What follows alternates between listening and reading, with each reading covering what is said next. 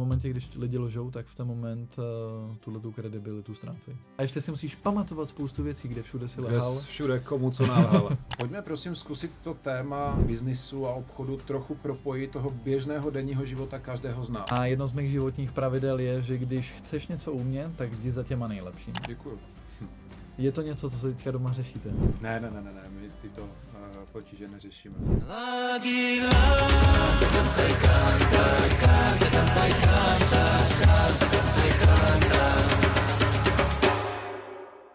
Vážení přátelé, posluchači a diváci, vítejte u dalšího dílu Healing Talks a dovolte mi, abych tady se mnou dnes přivítal Adama Dolejše, výkonného ředitele Asociace vyjednavačů, profesionálního vyjednavače a mentora Fascinating Academy. Adame, vítej.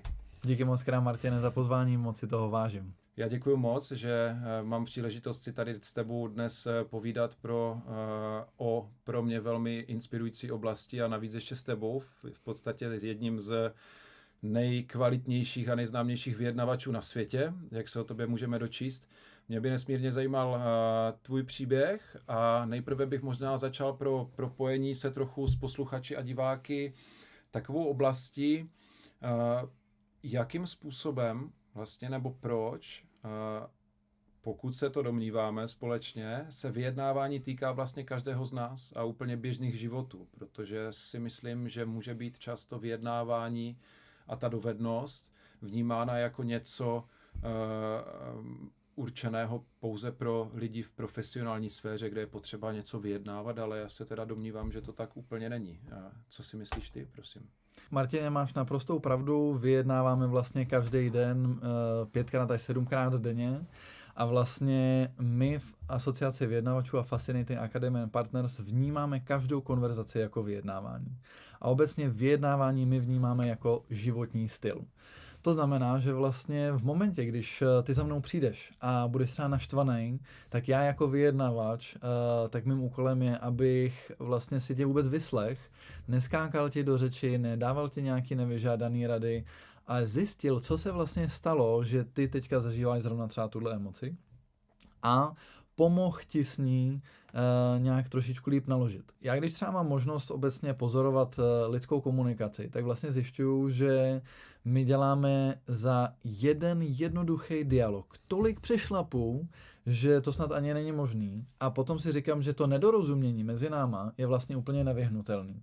Protože každý z nás máme jiný zázemí, jiný zkušenosti, jiný prostě žebříček hodnot, máme jiný světonázor, tudíž ty vidíš nějakým způsobem ten svět, já ho vidím nějakým způsobem a to se často nepotkává. No a právě proto my v tom vyjednávání potřebujeme hlavně těm lidem naslouchat, mlčet a být vlastně empatický k těm lidem. A to není snadný. To není vůbec snadný, protože my jako lidi máme sami sebe až na prvním místě, takže my se zajímáme hlavně sami o sebe, jak my se cítíme s těma ostatníma a vlastně ostatní jsou nám jedno, což dává i smysl z toho vlastně evolučního pohledu, protože jinak bychom tady už dávno nebyli, bychom dávno vymřeli. Obecně naslouchání a starání se o ostatní je pro nás antiintuitivní. Je to něco, co nám není vůbec vrozený, my jako lidi jsme hlavně předurčený pro to, aby jsme přežili, takže všechno, co se týká přežití, je pro nás extrémně klíčový. Což je například to, že se budu starat daleko víc o sebe, než o to, jak se máš ty a proč jsi zrovna naštvaný. Adame, ty se vyjednávání na profesionální úrovni věnuješ teď, pokud si dobře pamatuji, přes 10 let. Studoval si na Harvardu v zahraničí u nejlepších jak českých, tak světových vyjednavačů a trenérů v téhleté oblasti. Ale pojďme se prosím vrátit do teď už poměrně dávné minulosti. Co bylo tím momentem, který tě vlastně nasměroval na tu cestu, kdy jsi poprvé řekl, hele, tohle je to, co já bych měl dělat a stanu se vyjednavačem. Co zatím bylo? Byl zatím obrovský karambol, kdy já jsem, když mi bylo kolem 20 let, tak Já jsem byl odejít z jednoho korporátu a tehdy já jsem si myslel, že jsem samozřejmě ten nejlepší na světě. Měl jsem obrovský ego a vlastně v ten moment to bylo tak, že to je, když takhle bouchneš prostě balonek jehlou, celý to prasklo. A jedno z mých životních pravidel je, že když chceš něco umět, tak jdi za těma nejlepšíma. A já jsem šel právě za tím nejlepším, což je za mě Radim Pařík, vlastně zakladatel Fascinating Academy a prezident asociace vyjednavačů. A řekl jsem mu, že já se vlastně chci naučit vyjednávat. No a slovo dalo slovo, já jsem přišel na jeho trénink, tam jsem se do toho absolutně zamiloval a v ten moment jsem řekl, já udělám úplně všechno pro to, aby tohle to byl prostě můj job, moje práce. Od té doby se tomu profesionálně věnuju. A takhle to mám vlastně se všem v rámci toho života. Každá chyba, každý přešlap, každý karambol je za mě součást toho učení a obecně posouvání se vpřed. A myslím si, že neexistuje žádná jiná cesta, než neustále dělat ty chyby a zjišťovat vlastně, co funguje, co nefunguje. Máš to podobný jako třeba, když vaříš špagety, tak ty potřebuješ vlastně zjistit, jak dlouho je tam máš nechat pro to, aby byly tak akorát. Akorát, že když je tam necháš těch 8-10 minut, jak je vždycky napsaný na tom sáčku, tak oni ale ještě 2-3 minuty se ještě dodělávají na té pánvi, takže oni jsou potom ještě moc měkký. Takže ty je potřebuješ udělat trochu tvrdý a neustále to potřebuješ testovat, neustále potřebuješ dělat ty chyby a až teprve po čtvrtý, po šestý zjistíš, jaký je ten správný recept. Prosím tě, jak to vlastně probíhá od toho prvního momentu, kdy se člověk, nebo Adam Dolejš, rozhodne, já chci být vyjednavačem a dorazí do Fascinating Academy, že to bude studovat, jak probíhá ta cesta, než vlastně poprvé nabíde dojmu, hele, jsem připraven jít do terénu a můžu něco vyjednávat. Jak si to můžeme představit? Je to úplně, je to podobný, jak kdyby se koukal na Harryho Pottera. Přijedeš takhle do Bradavic a tam vlastně získáváš, potřebuješ si nejdřív vybrat nějakou svoji hůlku, takže potřebuješ získat nějaký základní nástroj vůbec k tomu, aby si mohl vyjednávat, což v našem případě je, jak správně intonovat, jak pracovat s naším hlasem, což je mimochodem věc, kterou spousta lidí hrozně podceňuje. Náš hlas totiž přímo ovlivňuje emoce druhé strany. A v momentě, když lidi budou mluvit tímhletím způsobem, tím pádem bude znamenat, že vlastně budou dělat hrozně krátké pauzy, což bude znamenat, že ty si to málo hrozně odneseš, já automaticky můžu ovlivnit frekvenci tvýho mozku. Jenomže, když já zpomalím a začnu dělat daleko delší pauzy a budu mít daleko křehčí a jemnější hlas, tak i tobě se to bude daleko líp poslouchat a v ten moment já už vlastně pracuju s tím, jak ty se mnou cítíš. Takže to je ta tvoje hůlka v těch Bradavicích, nebo předtím, než jedeš do těch Bradavic. No a to druhý je něco, co nám absolutně nejde, a to je mlčet. Ticho je pro nás jako lidi nepřirozená věc a to sám, že jo, vidíš. Lidi jako běžně skáčou do řeči, když na ně chvilinku mlčíš, tak oni jsou jako celý nervózní z toho, jako co se děje. A to je přesně to, co my potřebujeme se naučit na úplném začátku. To je vlastně ten základní kámen. No a potom, když se díváš, jo, na 1, 2, 3, 4 toho Harryho Pottera, nebo když čteš ty knížky, no tak v každé té knížce on se naučí, že jo, nějaký nový kouzlo a to je úplně stejný, jako když k nám přijdeš na trénink, nebo když s náma chceš vlastně spolupracovat. Nejdřív potřebuješ zjistit vůbec, jaká je ta kuchařka, co všechno, jaký všechny recepty se tam skrývají. No a potom vlastně zjišťovat, jaký jsou vůbec ty principy toho vyjednávání. Protože úplně jedno, jestli obchoduješ, vyjednáváš, řídíš firmu, řídíš lidi nebo řídíš sám sebe, tak ty principy toho vyjednávání a té komunikace jsou úplně všude stejný. Mě to vede vlastně k myšlence té kuchařky, protože když člověk vaří bez receptu a nezná to, tak to jako nějak dopadne. Málo kdy se dá ten výsledek kvalitně předvídat a ne vždy to dopadne podle našich představ. A vlastně to přirovnání pro mě je velmi přesné s tím vyjednáváním, kde se domnívám i na základě svých zkušeností, že člověk do jakési komunikace s druhou stranou, potažmo vyjednávání vstupuje samozřejmě s nějakým motivem nebo s nějakým cílem, ale bez plánu, bez toho receptu pod tlakem a tíhou třeba nějakých emocí, osobní zaujatosti tím problémem a tou situací. A tak jako laik se domnívám, že tohle to není úplně to ideální pro to vyjednávání a že tady vnímám vlastně velký moment té inspirace od profesionálního vyjednavače pro každého normálního člověka, že je asi fajn se zastavit a na tu situaci přistoupit, nebo k té situaci přistoupit podobně jako k tomu vaření a začít asi nějakou úvahou. Je to tak? A každý vyjednávání, a myslím si, že to platí úplně všude, potřebuje se na ty věci připravit. My v Čechách a na Slovensku jsme jako fenomenální národ improvizátorů. My si totiž vždycky myslíme, že ono to jako nějakým způsobem dopadne. A já vždycky říkám, no jasně, že to nějak dopadne, jenom pozor, až budete vycházet z té zasedačky, abyste do toho nešlápli. A když takhle jezdíme různě po těch konferencích, firmách, tak já zjišťuju jako hrůzu strašnou pravdu, že ty lidi se v průměru připravují jako 15 minut. Což je jako fenomenálně málo. My, když se potřebujeme připravit na to vyjednávání, tak pro nás je důležité si vůbec za prvý stanovit nějaký cíl, čeho chceme dosáhnout. Pokud je to něco počitatelného, nastavit si nějaký minimální, maximální cíle, aby jsme se mohli někde pohybovat. Potřebujeme samozřejmě zjistit nějaké informace o protistraně, no a taky zároveň si potřebujeme nakreslit celou tu cestu, jak dojdeme vůbec k tomu cíli. Protože valná většina lidí se hrozně soustředí na ten samotný obsah, co všechno vlastně oni potřebují jako pokrejt. A od toho jsou experti, my jsme tam o to, aby jsme odřídili to jednání. O toho vlastně ten vyjednavač je. Takže my se 90% času soustředíme hlavně na taktiku a strategii a jenom 10% na ten samotný obsah, protože pokud ty mi budeš prodávat nějaký vaše služby nebo nějaký váš produkt, no tak ty už znáš ten produkt do takové míry, aby se o něm mohl bavit. Takže je úplně zbytečný, aby jsme se brali nebo dobírali vlastně nějakých detailů, je důležitý to, jak to celý řídíš.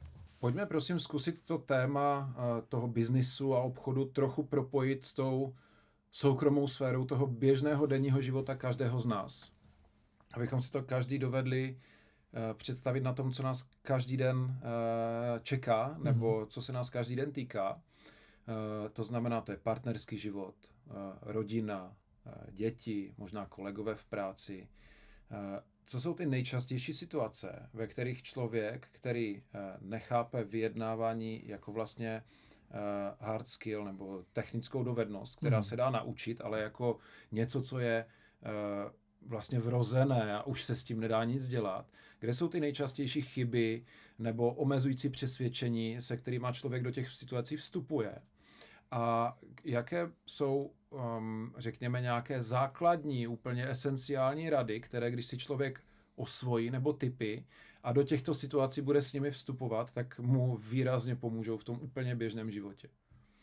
Já jsem hrozně rád, že si vlastně řekl, že vyjednávání je hard skill a opravdu to hard skill je, protože když se podíváme na západ od nás, tak tam jsou školy a různé instituce, kde vy můžete studovat a vystudovat to vyjednávání a mít z toho normálně magisterský titul nebo doktorát. A když se podíváme na to, jakým způsobem my jednáme v našem osobním životě, tak ve valné většině případů my jednáme s lidmi, kteří jsou nám velice blízcí. Což a priori znamená, že já si k tobě můžu dovolit víc. Tím, že se máme rádi, tak to znamená, že ty mi máš daleko větší tendenci odpouštět ty moje chyby. Právě proto tak jednoduše se umíme hádat vlastně s našima partnerama doma, nebo že umíme geniálně jako křičet na naše děti. Jenom si říkám kolikrát, jak často vy křičíte třeba na svoje kolegy v práci nebo na svoje klienty. Problém je ten, že tam už si to dovolit nemůžete. A my od narození jsme vlastně jako fenomenálně dobří vyjednavači, protože když ty třeba budeš vyjednávat se svojí dcerou nebo synem, tak vlastně oni neargumentují. Oni ti jenom sázejí jeden požadavek za druhým a vlastně úplně bezstarostně a bezbolestně tě zdírají z kůže a říkají ti jenom, co chtějí. Kdežto my dospělí už jsme vlastně pokřivený tím systémem, kde nám ve škole vysvětlovali, že všechno si musíme obhajit a oargumentovat. My jako děti se rodíme jako skvělí vyjednavači a naštěstí jsou potom lidi, kteří se k tomu i vracejí. A jeden z těch jako mýtů ohledně vyjednávání je, že to je jenom profesionální záležitost. Každý z nás se může naučit vyjednávat. Je to podobné jako programování, jakmile pochopíte ty principy, tak potom umíte vyjednávat a umíte vlastně budovat tuhletu kompetenci. To je první věc. A druhá věc je, my obecně reagujeme neustále, jako kdyby jsme tady byli před milionem let. Předtím vlastně, než jsme sem šli do toho nahrávacího studia, tak já jsem vlastně se s tebou bavil o tom, jak jsem teďka měl úraz s nohou.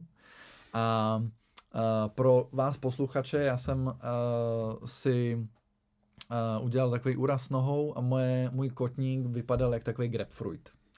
Jo, úplně hořela mi ta noha, cítil jsem, jak mi tam pulzuje krev. Bylo to extrémně nepříjemný a já jsem vlastně přišel takhle do jedné nemocnice a říkám té sestřičce na té ambulanci, říkám, dobrý den, sestřičko, prosím vás, mě strašně bolí noha, neskutečně mi hoří, cítím, jak mi v tom pulzuje krev a myslím si, že v tom mám zánět. A byl jsem velmi příjemný a opravdu jsem potřeboval pomůžet, to jako bolelo jak čert. A ona na mě vystartovala a říká, a jak víte, že tam máte zánět? A vlastně v ten moment valná většina lidí by začala reagovat velmi intuitivně, že bychom šli hnedka do protiútoku a začali bychom jí vysvětlovat, jestli ona si myslí, že jak ona ví, jak nás to bolí, nebolí. No a nebo, a to je jedna z těch rad, a nebo vy se rozhodnete v té hlavě, a to je rozhodnutí, které musíte udělat, je, že na ty lidi budete příjemný. Což znamená, že já jsem řekl, máte vlastně jako pravdu, já vůbec nejsem doktor, myslíte si, že byste mi uměla poradit, co bych měl teďka dělat v této situaci. A okamžitě vlastně jsem viděl tu změnu toho chování té osoby na druhé straně, protože ona vlastně nečekala tuhletu reakci, no a ona vlastně říkala, jo, no určitě, tak co s tím máte? A okamžitě vlastně celá ta dynamika tam byla úplně jiná, takže vřele doporučuji, rozhodněte se proto, že se s těma lidma chcete domluvit. Protože, což je jeden z dalších mýtusů, my nikdy nevyjednáváme proti někomu, my vždycky vyjednáváme společně za něco, někam, kam společně jdeme. Protože my vždycky vyjednáváme za nějaký společný výsledek, protože na té cestě jsme vždycky spolu. Tvůj problém je potom můj problém je tvůj problém, protože se vzájemně ovlivňujeme a to je něco, co si myslím, že si lidi často neuvědomují. Já moc děkuju. Mě to přivedlo k té oblasti týkající se emocí, nějakého vlastního já, zkušeností a názoru v tu danou chvíli. Emoce je nějaká naše fyziologická reakce na něco. Domnívám se, že se dá natrénovat i tahleta reakce a když vstupuju do nějakých situací, tak můžu očekávat, že třeba uslyším nebo uvidím něco bolestného nebo nepříjemného a nechci na sebe nechat působit tu nepříjemnou emoci, která potom vlastně i fyziologicky a chemicky ovlivňuje to, co se ve mně děje a jak třeba můžu reagovat. Jaké je místo emocí, ega, té vlastní zkušenosti v poučeném, zkušeném vyjednávání? Protože bych řekl, že tohle je vlastně výchozí bod pro spoustu lidí, kdy jdou do té situace, protože teď něco cítím, jo? Nebo jsem byl naštvaný, nebo něco, nebo naopak, třeba jsem pozitivně naladěný a mám z něčeho radost. A to taky může vyjednávání ovlivnit jiným směrem, než třeba bych si představoval v případě, že si ho rozmyslím. Tak kde je ta poloha člověka, který porozumí alespoň trochu vyjednávání ohledně ega a emocí? Emoce jako takový, tak to je náš nejstarší jazyk, kterým se domlouváme, protože jakmile ty třeba vejdeš do místnosti, tak ty už jako automaticky víš, jaká je atmosféra v té místnosti. Ty automaticky víš vlastně, jak se ty lidi cítí na druhé straně. To je něco, co si vlastně naše tělo vybudovalo už za ty miliony let. A my emoce neumíme potlačit. Nejde to.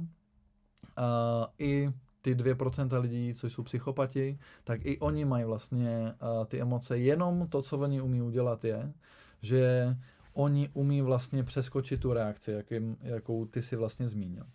A jde o to, že my běžní lidi, tak my prožíváme emoce, nejdou vlastně jako přeskočit. Ovšem to, co my se umíme naučit, je urychlit vlastně ten průběh, protože ty, když jsi naštvaný, tak to má určitý fáze.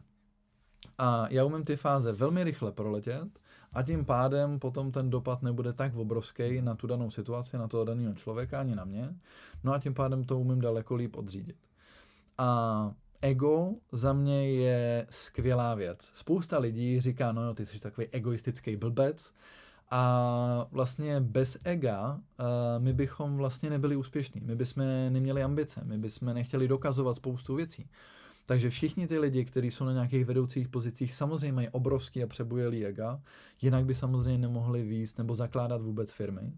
Zároveň v tom vyjednávání je to o tom, aby jsme dali a nechali to ego za dveřma, protože jakmile bychom tam pustili to ego, tak já začnu okamžitě ti dokazovat, že já jsem chytřejší, lepší, že já mám vlastně pravdu, že ty seš ten hloupej a že ty by si něco měl pro mě udělat. Takže obecně ego management, to bych normálně zařadil mezi jednou jako z těch výukových praktik, nejenom na těch vysokých školách, protože dneska všichni řeší time management, energy management a nikdo neřeší ego management, tak uvidíme třeba za pár let se ho taky zařadí do toho kurikula. Je teda mým cílem u vyjednávání trošku sebe nechat stranou v případě, že mám stanovený nějaký cíl toho vyjednávání, uvědomit si, že tam nepotřebuju nutně propagovat sebe, ale dělat kroky tak, abych se dostal k tomu cíli. Chápu to správně? Naprosto to chápeš správně. My i máme vlastně na našich podznačnicích na autech napsaný naše hashtagy a jeden z těch hashtagů je ego nebo výsledek. Ty buď někam jdeš, aby si lidem ukázal, jak jsi skvělej, anebo jdeš proto, aby si zvodnes výsledek. Možná může tohleto lehce zavánět manipulací v komunikaci, anebo řekněme nějakými nekalými praktikami možná, jo? Zvlášť pokud se budeme bavit o tom osobním životě, jo? Mám tady partnerku, ženu, manželku, babičku, otce a chci učit lidi, aby uměli vyjednávat v tomto prostředí. Kde je ta hranice mezi tímhletím, jestli existuje? Existuje nějaký etický kodex člověka, který vede v patrnosti, když vyjednává? Já začnu tou manipulací a budu mluvit přímo k vám, naši posluchači. Prosím vás, manipulujte. Je to hrozně důležitý, manipulujte, prosím vás, s těma lidma, protože oni manipulují všichni s náma. A manipulace, když se na to podíváme, tak je to o odstraňování překážek, které jsou před náma. Proto, aby jsme dosáhli něčeho svýho. Takže, když dám příklad, já, když potřebuju, aby si ode mě něco koupil, tak jedna z překážek může být, že se ti nebudou třeba líbit. Tak právě proto se nějakým způsobem třeba oblíknu. Další překážka může být to, že ty se mnou nebudeš cítit bezpečně. Protože jsem třeba velký a můžu vyvolávat v lidech strach, tak tím pádem se třeba co nejvíc zmenším, změkčím svůj hlas, zpomalím a budu ti daleko víc naslouchat. A všechny tyhle ty věci jsou manipulace. Manipulace je to, že já zjistím, jaký jsou tvoje potřeby, umím ti je pokrýt nebo jim zabránit a ty si toho sám nevšimneš. Protože kdyby si z toho všiml, tak víš, že jsi manipulovaný a vlastně se nenechaj zmanipulovat. A co se týče etického kodexu, tak my v asociaci vyjednavačů si na to lpíme, dáváme si opravdu na tom záležet, aby lidi, kteří projdou našima tréninkama, tak aby dodržovali náš etický kodex, aby byli zodpovědní za to, jakým způsobem vyjednávají. Jinými slovy, kdyby se natočilo celé vyjednávání a pustilo se do celé televize, tak jestli by byli na sebe pyšní, jak vyjednávali. Druhá věc je, že to má být udržitelná záležitost. Brexit je mimochodem jedna ze skvělých jako ukázek toho, jak dopadají kompromisy. Brexit je skvělý kompromis a je to dlouhodobě neudržitelný. Takže necílit na kompromis, necílit na krátkodobý vlastně výhry, ale cílit opravdu na dlouhodobě udržitelný vztah. No a v té neposlední řadě, tak jedna z našich dalších zásad je, že my zásadně nelžeme. My říkáme, že říkáme pravdu a ne všechno, co je pravda, říkáme. Jinými slovy, pracujeme s informacemi, které vlastně těm lidem pouštíme. Protože jakmile bychom začali lhát, tak my jako vyjednavači nebo jako lidi, obchodníci, ředitele, majitelé firem, tak vlastně ztrácíme tu kredibilitu, se kterou vlastně ty lidi tam přišli za náma a vlastně oni v nás vkládají důvěru. Už jenom tím, že se s náma chtějí začít bavit o nějakém biznise. A v momentě, když lidi lžou, tak v ten moment tuhletu kredibilitu ztrácejí. A ještě se v tom můžeš velmi snadno zamotat. Přesně tak. A ještě si musíš pamatovat spoustu věcí, kde všude si lhal. Všude komu co nalhal. Jo. Ale neměl jsem to v přípravě. Ano. Slyšel jsem to u tebe ve videích, četl a je to strašně zajímavá věc a to je kompromis. V čem je to nebezpečí toho kompromisu? Protože ono to zní tak jako lákavě. Jo? Hele, pojď, domluvíme se na kompromisu. Jo? Myslím si, že to je obecně používaná zkratka. V čem je to nebezpečí toho kompromisu? Co to je? Co je lepší než kompromis? A vlastně zmiňuješ ve svých projevech, jako mějte hodně požadavků, jo? Což pro mě bylo velmi inspirativní, protože jsem si uvědomil, že vlastně u spousty situací člověk redukuje to vyjednávání nebo tu situaci na něco strašně jednoduchého, na jeden bod, jako jo, ke kterému se tak nějak upná, přitom ty možnosti jsou úplně neomezené, o čem se dá bavit. A ty říkáš, mějte toho hodně. Tak jak teda kompromis, co je lepší a proč hodně požadavků? Začneme tím kompromisem. Kompromis je pro nás velmi, velmi jednoduchý a přirozený. Protože když se zase vrátím k tomu, na co jsme nastavení, my jsme nastaveni na přežití. A já chci přežít, tím pádem se nechci vystavovat nebezpečí, tím pádem já nechci s tebou jít do konfliktu. Tím pádem já vlastně si říkám, chci pro sebe si získat co nejvíc, za co nejméně námahy, za co nejmenší bolest, za co nejmenší konflikt. No a vlastně kompromis je takový dělení toho, co já chci, co já nechci, a je to takový hrozně líný a laciný. A to nebezpečí toho kompromisu je, vlastně jak jsme říkali u toho Brexitu, že to není dlouhodobě udržitelný. Jsou samozřejmě situace, kdy je kompromis nevyhnutelný.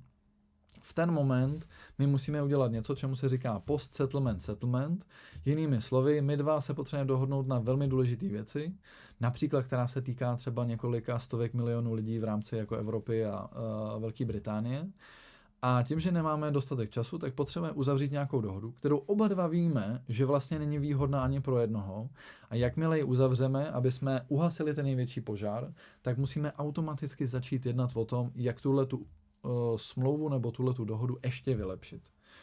Takže obecně kompromisy zanechávají velkou pachuť, nejsou dlouhodobě udržitelný a jsou vlastně hrozně líný a laciný.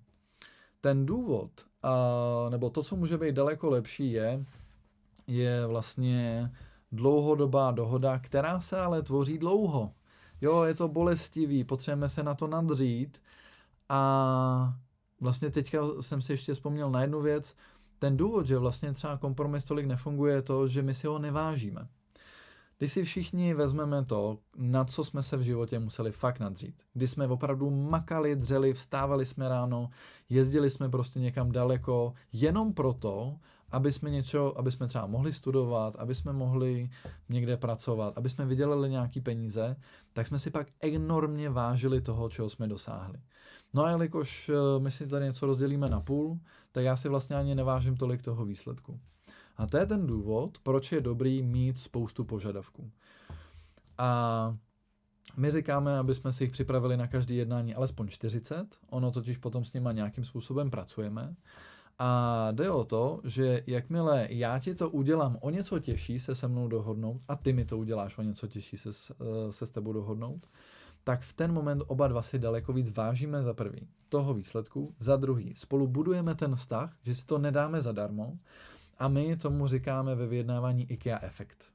Jo, všichni, kteří kdy byli v IKEA, tak to velmi dobře znají. Ty tam přijdeš, musíš projít těma jednosměrkama, chytří už znají samozřejmě ty zkratky, ale je to úmorný a po těch 5 hodinách, kdy ses tam prostě vyplet jako ze všech těch jako různých pokojů a kuchyní a tak dál, tak ty si jdeš do jejich skladu vyskladnit tvoje zboží. Ještě si to sám naskenuješ a po téhletý jako hit parádě si to ještě musíš celý doma složit. Takže to je prostě program na celou sobotu a potom to prostě vypadá tak, že večer za tebou přijdou kamarádi na pivo, říkáš, čau, Martine, tohle je moje partnerka, ale podívej se, co jsem tady postavil a jsi vlastně hrdý na to, že si to celý dokázal a jakmile to stojí před tebou a vidíš to, tak máš obrovský jako pocit zadosti učinění. A to je to, že ses na to nadřel a to není ten kompromis. To je to, že máš spoustu požadavků, chceš hodně po těch lidech a neděláš jim to jednoduché, aby se s tebou dohodli. Takže jestli jsem to pochopil správně, čím lépe se naučím vyjednávat, tím těžší to mít budu, ale tím větší radost potom můžu mít. Přesně tak, přesně Okay. tak, přesně tak. Okay. Úplně ve zkratce, nějaká úplně jednoduchá situace z rodiny, z běžného života, hele, chci jet do Portugalska, ne, já chci jet na Tahiti, sedíme u stolu, nemůžeme se dohodnout, ať si to dovedeme trochu představit. Co to znamená pro tuhletu situaci? Tak v ten moment já bych se díval na společný zájmy. Protože na rozdílech my nikdy nemůžeme postavit jakoukoliv dohodu. Takže když se dívám do Portugalska, tak bych se zeptal, vlastně kam do Portugalska chceme jet. Já se tam chystám poprvé v životě tohle léto, takže uvidíme, jaký to tam je. Každopádně, když jsem se díval, tak jsou tam jak hory, tak parky, tak pláže, tak vlastně pojďme si říct, za čím tam jedeme. A pokud se shodneme například na tom, že ty chceš na Tahiti, kvůli tomu, že se chceš válet na pláži, tak já v ten moment řeknu, hele super, to já jsem taky chtěl dělat v rámci našich jako výletů po Portugalsku, tak řeknu super, tak pojďme si říct, co je třeba výhodnější. Jo, jestli je pro nás výhodnější finančně se na to třeba podívat a říct si, hele, Tahiti možná bude trošičku dražší než to Portugalsko, tak pojďme do Portugalska za tím vlastně stejným účelem, co jsme chtěli dělat na tom Tahiti. No a příště se pojďme domluvit, že už dopředu víme, že chceme na to Tahiti jet. Pojďme si dávat peníze stranou a pojďme tam vycestovat. V momentě, když ty mi řekneš, já se chci válet na pláži a já řeknu, no ale já se chci prostě koukat různě po parcích, tak přesto všechno je dost důležité, aby jsme se dívali na to, co tam máme společného a najít aspoň něco, na čem bychom se mohli shodnout. A na základě tady toho, čemu my říkáme nějaký baseline té dohody, tak můžeme začít stavět ty další věci. Takže když já budu chtít po parcích jezdit, tak v ten moment ty mi v tomhle vyjdeš vstříc, já ti zase vyjdu vstříc v tom, že ty se chceš válet na pláži. A pozor, tohle není kompromis, to je to, že ty něco chceš, já něco chci, já ti vyjdu vstříc, ty mi vyjdeš vstříc. Tomu my říkáme reciprocita a vlastně díky reciprocitě my tímhletím budujeme vztah. No a v momentě, když máme dost společných bodů, tak potom ve výsledku je jedno, jestli jedeme na Tahiti nebo do Portugalska nebo kamkoliv jinam, protože oběma dvěma se vlastně splní to naše přání. Děkuju. Je to něco, co se teďka doma řešíte? Ne, my tyto potíže neřešíme. To naštěstí máme úplně v pohodě v této rovině a řekl bych, že obecně jsme velmi schopni se dohodnout, takže děkuju. Ty pracuješ v oblasti M&A. Ano. Mě na tom bavila ta podobnost MMA. To znamená fúze a akvizice, slučování a nákupy společností, ne malých, co jsem pochopil. Když se jedná o tak velké případy a tak velký biznis a tak náročné situace, asi si představuji. Kde je ta hranice mezi tou důkladnou přípravou, kterou profesionální vyjednavač dělá a připravuje před tím, než tam jede, a tou improvizací nebo tím prostorem pro tu improvizaci, ke které předpokládám dost často nakonec možná dojít musí. Tohle je velmi dobrá otázka a je to něco, co spousta lidí podceňuje. Je to primárně o tom, že my potřebujeme si připravit dostatek scénářů, než někam vůbec jdeme na nějaké vyjednávání. A vlastně lidi si nás najímají primárně proto, abychom my všechny tyhle ty scénáře pokryli. Tím, že my už jsme byli u transakcí za desítky miliard, tak máme opravdu zkušenost s tím, co se kde může pokazit, jakým způsobem se to může vyvinout a na co si prostě dávat pozor a uděláme vlastně takovej risk management celého toho případu. A v každém případě vždycky dojde na nějakou improvizaci v určitý moment. Je to ovšem o tom, aby jsme si tu improvizaci co nejvíc vlastně vyzkoušeli dopředu a vlastně mohli jsme vědět, co můžeme čekat. Protože pokud, a tohle je jedno mimochodem z pravidel Mossadu, vlastně speciálních jednotek izraelských, tak je to o tom, že pokud je něco podezřelého, tak to je podezřelý a musíme se na to připravit.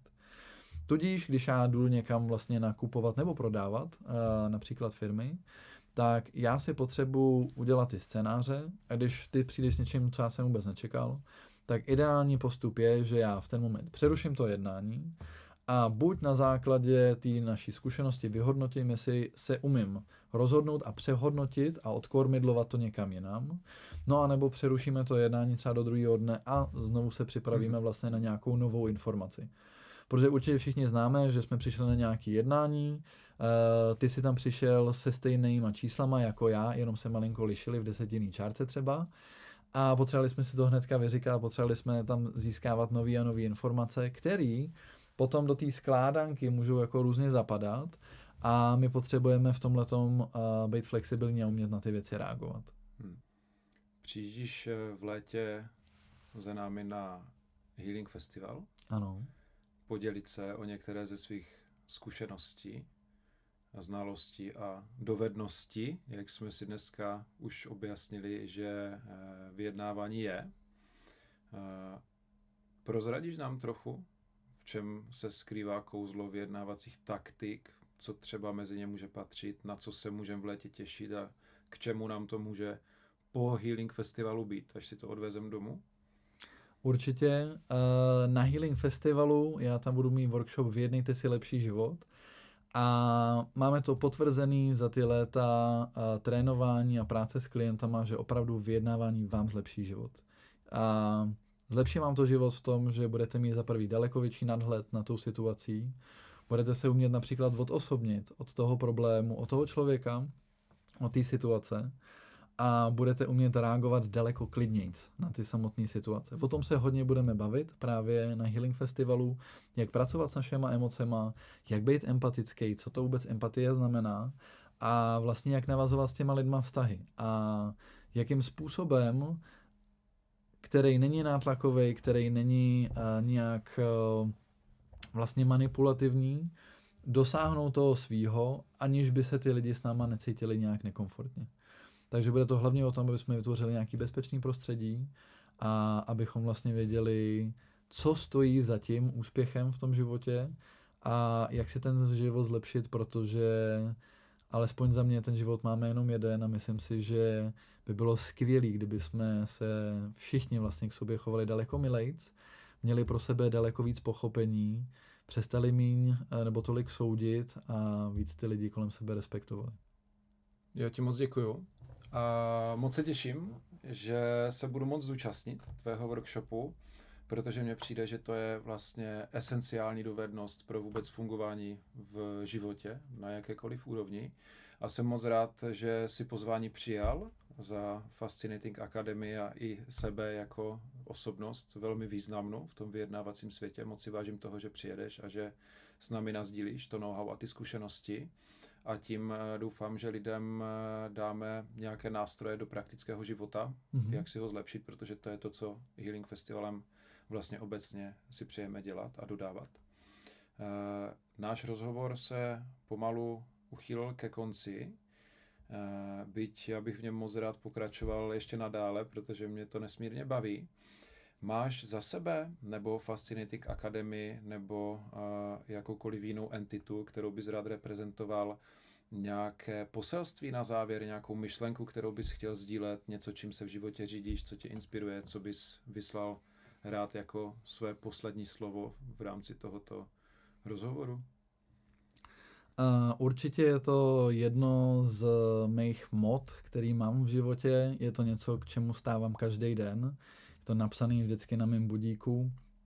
A to je věř, běž a dokážeš. A já věřím v to, že pokud se pro něco rozhodnete a věříte tomu, že ty věci dopadnou a soustavně a konzistentně na tom makáte, a to není týden, to není měsíc, to není rok, to není 5 let. A když na tom makáte 10-15 let, tak za mě ten vesmír je nastavený tak, že prostě v jeden moment něco přijde. A v ten moment vám změní život a že to dokážete. Takže věřte tomu, co děláte, makejte na sobě konzistentně, mějte disciplínu a já vím, že to dokážete, protože všem lidem, kteří jsou na světě, kteří nás poslouchají, tak já všem hrozně přeju jenom úspěch, ať jsou všichni šťastní a věřím, že nic není nemožného a že všechno je jenom tady v naší hlavě. Já moc děkuju za krásný čas a obohacující povídání a budu se těšit moc na shledanou v létě. Díky moc, Adame. Děkuji moc krát, Martina, za pozvání a budu se taky těšit. Vážení posluchači, diváci, přátelé Healing Festivalu, já se s váma s Adamem dnes za Healing Talks loučím a těším se na shledanou v létě. Mějte krásný den. Ahoj.